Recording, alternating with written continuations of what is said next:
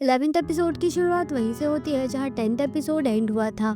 एसुन गमयोंग के होश में आने का वेट कर रही थी, तभी चोंग सोप मेडिसिन लेकर आता है और एसुन के पास बैठ जाता है। वो एसुन को विटामिन कैंडी देता है और कहने लगता है कि आप ये खा लो, आपको उसका ख्याल भी तो रखना है। एसुन पूछने लगती है, क्या तुम लैंडलॉर्ड के सन इन लो हो? वो जैसे ही कुछ बोलने वाला होता है तभी वहाँ भागते हुए योंग बॉम आता है और सीधा इमरजेंसी वार्ड में चला जाता है। एसुन भी उसके पीछे पीछे चली जाती है और जाकर उन्हें थोड़ी दूर से देखने लगती है। वो देखती है कि योंग बॉम अपने हाथों से गमयोंग को सॉक्स पहना रहा था, जिसे देखकर एसुन को अपनी और ग्वानजिक की याद आती है। योंग बॉम रोते हुए कहने लगता है कि तुम बहुत ही जिद्दी हो, चलो हम शादी कर लेते हैं। शादी करने से सारी प्रॉब्लम्स खत्म हो जाएंगी। एसुन के साथ साथ उसे वहाँ सारे पेशेंट्स भी देख रहे थे। तभी एक नर्स एसुन से फॉर्म फिल करने के लिए कहती है और एसुन भी फॉर्म फिल करते हुए उनकी बातें सुन रही थी। योंग बॉम कह रहा था कि तुमने वो रिंग क्यों ली जब तुम्हें शादी ही नहीं करनी थी? रिंग ले ली मतलब बात पक्की, अब तुम मेरी हो। एसुन को याद आता है कि ग्वानजिक ने भी उसे रिंग पहनाते हुए यही कहा था कि अब तुम मेरी हो। ये सब याद करते हुए एसुन अपने मन में सोचने लगती है कि कमाल है, इसने तो अपने डैड जैसा ही लड़का ढूंढ लिया। गमयोंग योंग बॉम से कहती है कि बस करो, डॉक्टर ने स्ट्रेस लेने के लिए मना किया है। योंग बॉम रोते हुए उससे कहने लगता है कि वहाँ फिर से जाकर कार्बन मोनोऑक्साइड इनहेल करनी है क्या? शादी करके अब तुम मेरे घर आ जाओ।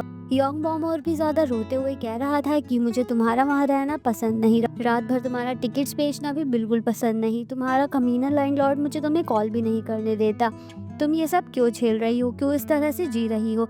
अगर तुम कल मर जाती तो मैं भी मर जाता। गमयोंग उसके आंसू साफ करते हुए कहने लगती है, तुम तो मिलिट्री में थे ना, फिर भी कितने इमोशनल हो। मिलिट्री में थे भी या नहीं? योंग बॉम कहता है कि तुम्हारी मुझसे शादी होगी, मेरी मॉम से नहीं। मैं अपनी मॉम को तुम्हें कुछ भी नहीं कहने दूंगा, उन्हें बस थोड़ा मस्का मारना पड़ता है, फिर वो बिल्कुल पिघल जाती है। जिस पर गमयोंग कहने लगती है कि मैं तुम्हारी मॉम को मस्का क्यों लगाऊं, मुझे भी वो पसंद नहीं। योंग बॉम कहने लगता है कि तुम्हें पता है मेरी मॉम दिल की बहुत अच्छी है। गमयोंग कहती है कि अगर दिल कितनी अच्छी होती तो मुझे इतना सुनाती। ये सुनकर एसुन उनके पास जाती है और कहने लगती है कि क्या कहा? गमयोंग कहने लगती है कि मॉम कुछ भी नहीं कहा था। एसुन योंग बॉम से पूछती है कि क्या तुम्हारी मॉम को गमयोंग में कोई कमी नजर आती है, बताओ। तभी वहाँ चोंग सॉप भी आ जाता है। उसे देखकर नर्स उससे कहने लगती है कि आप तो मिस गमयोंग के गार्डियन है ना, इसलिए आपको ये फॉर्म फिल करना होगा। चोंग सॉप कहता है कि अरे मैं नहीं। तभी नर्स कहने लगती है कि आप ही तो इन्हें अपनी पीठ पर उठा कर लाए थे। योंग बॉम पूछता है कि तुम कौन हो और इसे पीठ पर क्यों उठा कर लाए थे? तभी एसुन उसकी बात काट कर योंग बॉम से बोल पड़ती है कि मुझे भी तुम बिल्कुल नहीं पसंद। अगले सीन में हम देखते हैं कि उनम्योंग मिलिट्री सर्विस के लिए जा रहा था और एसुन और ग्वानजिक उसे छोड़ने के लिए जा रहे थे। वहीं दूसरी तरफ थिएटर में काम करने वाली लेडी से गमयोंग को पता चलता है कि चोंग सॉप भी अपनी मिलिट्री सर्विस के लिए जा रहा था। गमयोंग उससे पूछती है कि उसने अभी तक अपनी मिलिट्री सर्विस पूरी नहीं की थी। वो लेडी कहने लगती है कि उसे देखकर लगता तो यही है कि उसने मिलिट्री सर्विस कंप्लीट कर ली, लेकिन हमारा पिकासो सिर्फ 28 साल का है। वो आगे कहती है कि वैसे अब तो तुम भी जॉब छोड़ रही हो, तो तुम अब उससे कभी नहीं मिल पाओगी। गमयोंग उससे कहने लगती है कि हो सकता है हम कहीं पर टकरा जाए। कुछ देर बाद जब सब लोग बेसमेंट से चले जाते हैं तो गमयोंग की नज़र वहाँ रखी एक पेंटिंग पर पड़ती है जो कि कपड़े से ढकी हुई थी। एसुन कपड़े को हटाती है तो देखती है कि चोंग सॉप ने गमयोंग की बहुत ही खूबसूरत पेंटिंग बनाई हुई थी। सीन शिफ्ट होता है कुछ दिन पहले, जहाँ चोंग सॉप और गमयोंग साथ में घर जा रहे थे। यहाँ गमयोंग चोंग सॉप से कहती है कि अगर तुम कहते रहोगे कि तुम्हारी लाइफ बेकार है तो वो बेकार ही रहेगी, क्योंकि हम जो सोचते हैं वही होता है। इसलिए यही सोचो कि तुम्हारी वैल्यू करोड़ों में है और खुद पर तरस खाना बंद करो। अपने और लोगों के बारे में अच्छी अच्छी बातें करो और फिर देखने सब अच्छा ही होगा। वो दोनों एक जगह रुक जाते हैं जहाँ चोंग सॉप नामसन टावर को देखकर कहने लगता है कि ये कोरिया का सबसे बड़ा क्रिसमस ट्री है ना। सच कहूँ तो मुझे तो तुम क्रिसमस ट्री लगती हो। एक क्रिसमस ट्री ना कोने में खड़े रहकर भी अपना काम करता है। तो गमयोंग पूछने लगती है तो उसका काम क्या है? जिस पर चोंग सॉप कहने लगता है कि क्रिसमस ट्री चाहे रूम में रहे या फिर बेसमेंट में, लेकिन अपने आसपास सब कुछ रोशन कर देता है और लोगों की जिंदगी में खुशियां भर देता है। इसलिए आज मैंने सोचा कि चलो क्रिसमस ट्री को ही खुश कर दूं। तुमने ही सिखाया है ना हमेशा अच्छा अच्छा कहना चाहिए। इसके बाद वो दोनों फिर से अपने रास्ते चले जाते हैं। सीन शिफ्ट होता है 1994 में, जहाँ गमयोंग और योंग बॉम वैलेंटाइंस डे सेलिब्रेट करने जा रहे थे। या योंग बॉम ने गमयोंग के लिए सॉन्ग रिकॉर्ड किए थे जिसे सुनकर वो बहुत खुश हो जाती है। अगले सीन में हम देखते हैं कि एसुन और ग्वानजिक योंग बॉम के पेरेंट्स से मिलने के लिए सियोल आए हुए थे और उनका काफी देर से वेट कर रहे थे। ग्वानजिक गमयोंग से कहने लगता है कि हम तो दूसरे शहर से आ गए और वो सियोल में रहकर भी अभी तक नहीं आए। गमयोंग थोड़ी थोड़ी नर्वस हो रही थी। तो एसुन उससे कहने लगती है कि तुम इतना ज़्यादा घबरा क्यों रही हो, हमेशा तो मुझे कहती रहती हो घबराओ मत। ग्वानसिक तो कहने लगता है कि अरे हम कब तक उनका वेट करेंगे, तुम ये शादी मत करो। तभी वहाँ योंगबॉम और उसके पेरेंट्स आ जाते हैं। योंगबॉम के डैड और ग्वानसिक एक दूसरे से हाथ मिलाते हैं तो ग्वानसिक अपने दूसरे हाथ से अपने निशानों को ढक लेता है। इसके बाद गमयोंग सभी लोगों को सूप सर्व करती है और आखिर का बचा हुआ अपने बॉल में कर लेती है। उसे ऐसा करते हुए देखकर एसुन खुद से कहने लगती है कि मुझे ऐसा नहीं करना चाहिए था, उसने बचपन में मुझे ये सब करते हुए देखा था। मेरा दिल तो बैठ गया जब मुझे एहसास हुआ कि मेरी बेटी बिल्कुल मेरे जैसी है। ये सोचते हुए एसुन अपना बॉल गमयोंग के बॉल से बदल लेती है। ग्वानसिक सब लोगों से कहने लगता है कि तो हम लोग जेजू में शादी करने के लिए एक अच्छा सा दिन चूज कर लेते हैं, जिस पर योंगबॉम की मॉम कहने लगते हैं कि लोग हंसेंगे अगर हमारे बच्चों की 2-2 शादियां होंगी। मैं समझ सकती हूँ कि आपके आइलैंड की कुछ रिचुअल्स हैं, पर गमयोंग को तो शादी करके हमारे खानदान का हिस्सा बनना है, तो आप लोगों को नहीं लगता कि रिचुअल्स हमारे हिसाब से होनी चाहिए? हम लोगों को एक जगह चूज करनी होगी। अगर आपको जेजू आइलैंड पर शादी करनी है तो सियोल में रहने देते हैं। तब ग्वानसिक कहने लगता है तो फिर ठीक है, आप सियोल में ही शादी रखते हैं। योंगबॉम के डैड योंगबॉम की मॉम से कहने लगते हैं कि बहू के आने पर तुम्हें तो सारे कामों से छुट्टी मिल जाएगी, जिस पर योंगबॉम की मॉम कहने लगती हैं कि मुझे नहीं लगता, ज़रा देखो इसने किस तरह से सूप सर्व किया है, इसे अभी सब कुछ सीखने में टाइम लगेगा और सच कहूँ तो मुझे नहीं लगता ये लड़की इतने बड़े घर की जिम्मेदारी लेने के लिए तैयार है। ग्वानसिक उन लोगों से कहने लगता है कि देखिए अभी हमारी बच्ची ऑफिस जाती है और उसके साथ घर का काम संभालना। तभी योंगबॉम की मॉम बीच में बोल पड़ती है और कहने लगती है कि तभी तो मैंने इसे जॉब छोड़ने के लिए कहा था। योंगबॉम अपनी मॉम से कहता है कि मॉम मुझे आपसे इस बारे में कुछ बात करनी है। उसकी मॉम कहने लगती है कि जब बड़े बात कर रहे होते हैं तो बीच में नहीं बोलते। तभी योंगबॉम के डैड गमयोंग की तरफ बॉल करते हुए कहने लगते हैं कि बेटा जरा राइस सूप सर्व करना। एसुन और ग्वानसिक को ये सब देखकर बिल्कुल भी अच्छा नहीं लग रहा था, फिर भी वो दोनों अपनी बेटी की खुशी के लिए एकदम चुप थे।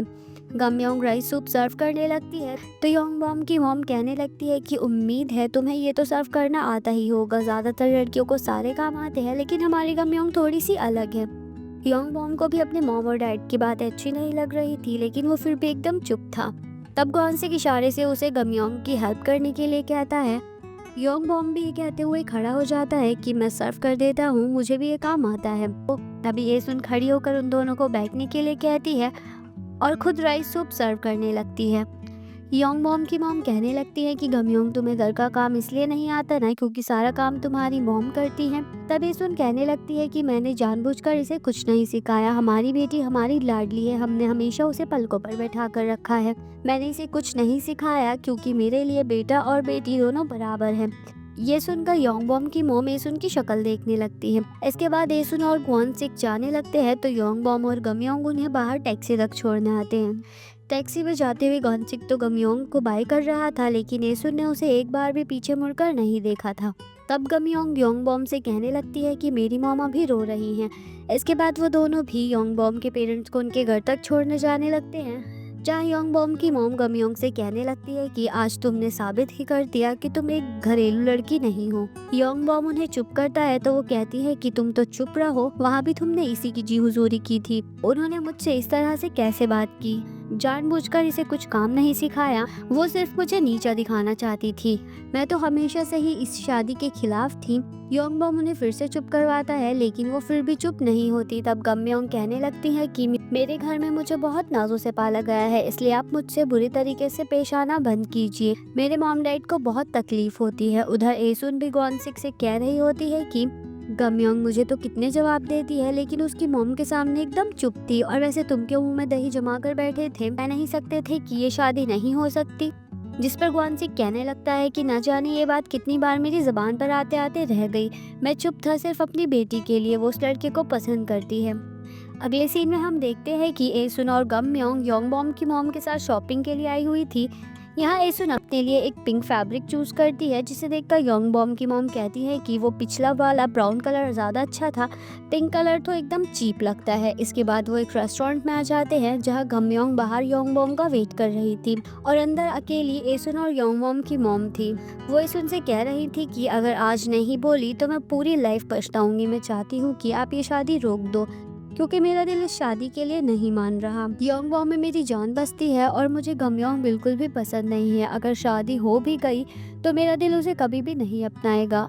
आप चाहेंगी आपकी बेटी की शादी एक ऐसे घर में हो, इसलिए हम दोनों अपने अपने बच्चों को शादी रोकने के लिए मनाते हैं। एसुन पूछती है कि आपको मेरी गमयोंग क्यों नहीं पसंद, क्या आप बता सकती हैं? तभी सीन यहीं पर कट हो जाता है और बाहर का सीन दिखाया जाता है जहाँ योंग बॉम भी आ जाता है। जैसे ही उसे पता चलता है कि उन दोनों की मॉम्स अंदर अकेली है, वो जल्दी से रेस्टोरेंट की तरफ भागने लगता है और सीन यहीं पर कट हो जाता है। अगले सीन में गमयोंग और एसुन घर आ जाते हैं, जहाँ गमयोंग गुस्से में एसुन से कहने लगती है कि आपने खाते वक्त बात क्यों नहीं की, पता है योंग बॉम को कितना अजीब फील हुआ होगा।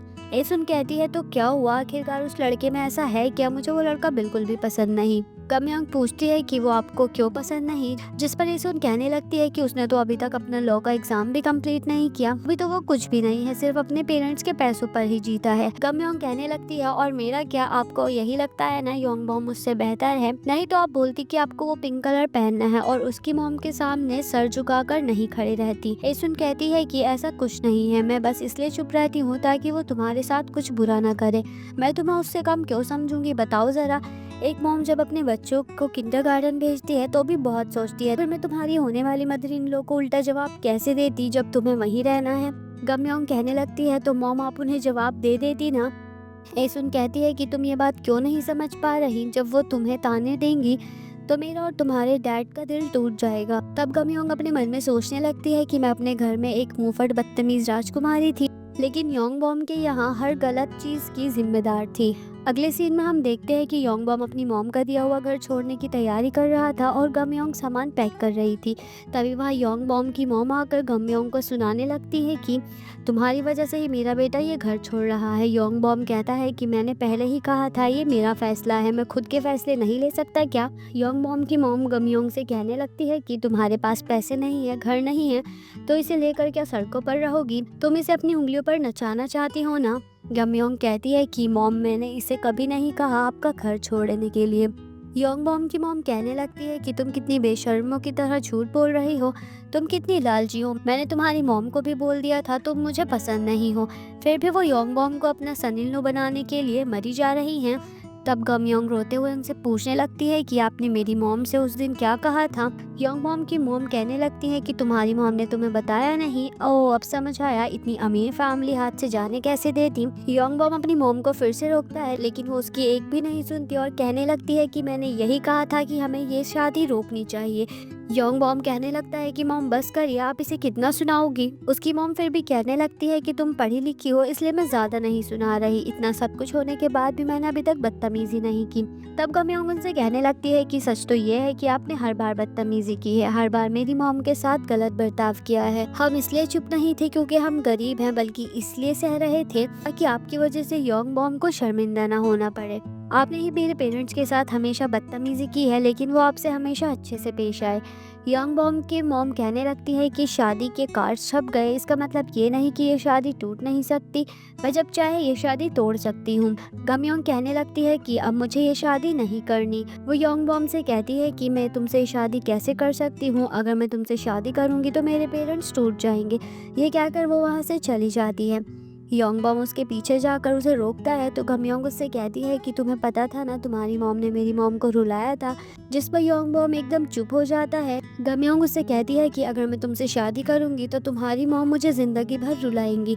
ये कहकर वो वहाँ से चली जाती है और जाते हुए टैक्सी में बहुत ही रोती है। उन्हें अलग होने में पूरा 1 साल लग जाता है, जिस बीच वो झगड़ते हैं, रोते भी हैं और एक दूसरे को संभालते भी हैं। एक दिन गमयोंग जब अपने घर के बाहर आती है तो देखती है कि योंग बॉम बहुत सर्दी में अपनी कार के अंदर बैठा था। गमयोंग उससे कहने लगती है कि इतनी सर्दी में मरना है क्या। योंग बॉम कहता है कि क्या अब तुम मुझसे प्यार नहीं करती। तो गमयोंग उससे कहती है कि मैं बहुत ज़्यादा प्यार करती हूँ, लेकिन खुद से भी उतना ही प्यार करती हूँ, हम एक नहीं हो सकते, मैं रो रो कर थक गई हूँ। योंग बॉम उसे कहता है कि मैं अपनी मॉम से रिश्ता खत्म कर दूंगा, जिस पर गमयोंग कहती है कि मैं ऐसा नहीं चाहती, उससे तुम्हारा दिल टूटेगा और फिर मेरा भी दिल दुखेगा। ये सुन योंग बॉम बहुत ही ज्यादा रोने लगता है। गमयोंग उसे चुप करते हुए उसे समझाती है और खुद भी बहुत रोती है। गमयोंग उसे एक आखिरी बार गले लगाने के लिए कहती है। पहले तो योंग बॉम उससे मना करता है, लेकिन फिर वो उसको रोते हुए गले लगा लेता है, जिसके बाद वो दोनों एक दूसरे को गले लगाकर बहुत रोते हैं। योंग बॉम गमयोंग से कहता है कि जब भी तुम्हें मेरी जरूरत होगी तो मुझे कॉल करना, तुम्हारा सियोल में कोई भी नहीं है। गमयोंग हाँ करती है तो योंग बॉम कहता है कि क्या कल से हम एक दूसरे को कभी नहीं मिलेंगे। वो अपने मन में सोचती है कि योंग बॉम के अलावा मेरा सियोल में कोई भी नहीं था, वही मेरा प्यार था, मेरी फैमिली था, मेरा बेस्ट फ्रेंड था। उससे अलग होते हुए ऐसा लग रहा था जैसे मेरे दिल का कोई टुकड़ा मुझसे दूर जा रहा है। और यहीं पर यह एपिसोड एंड हो जाता है।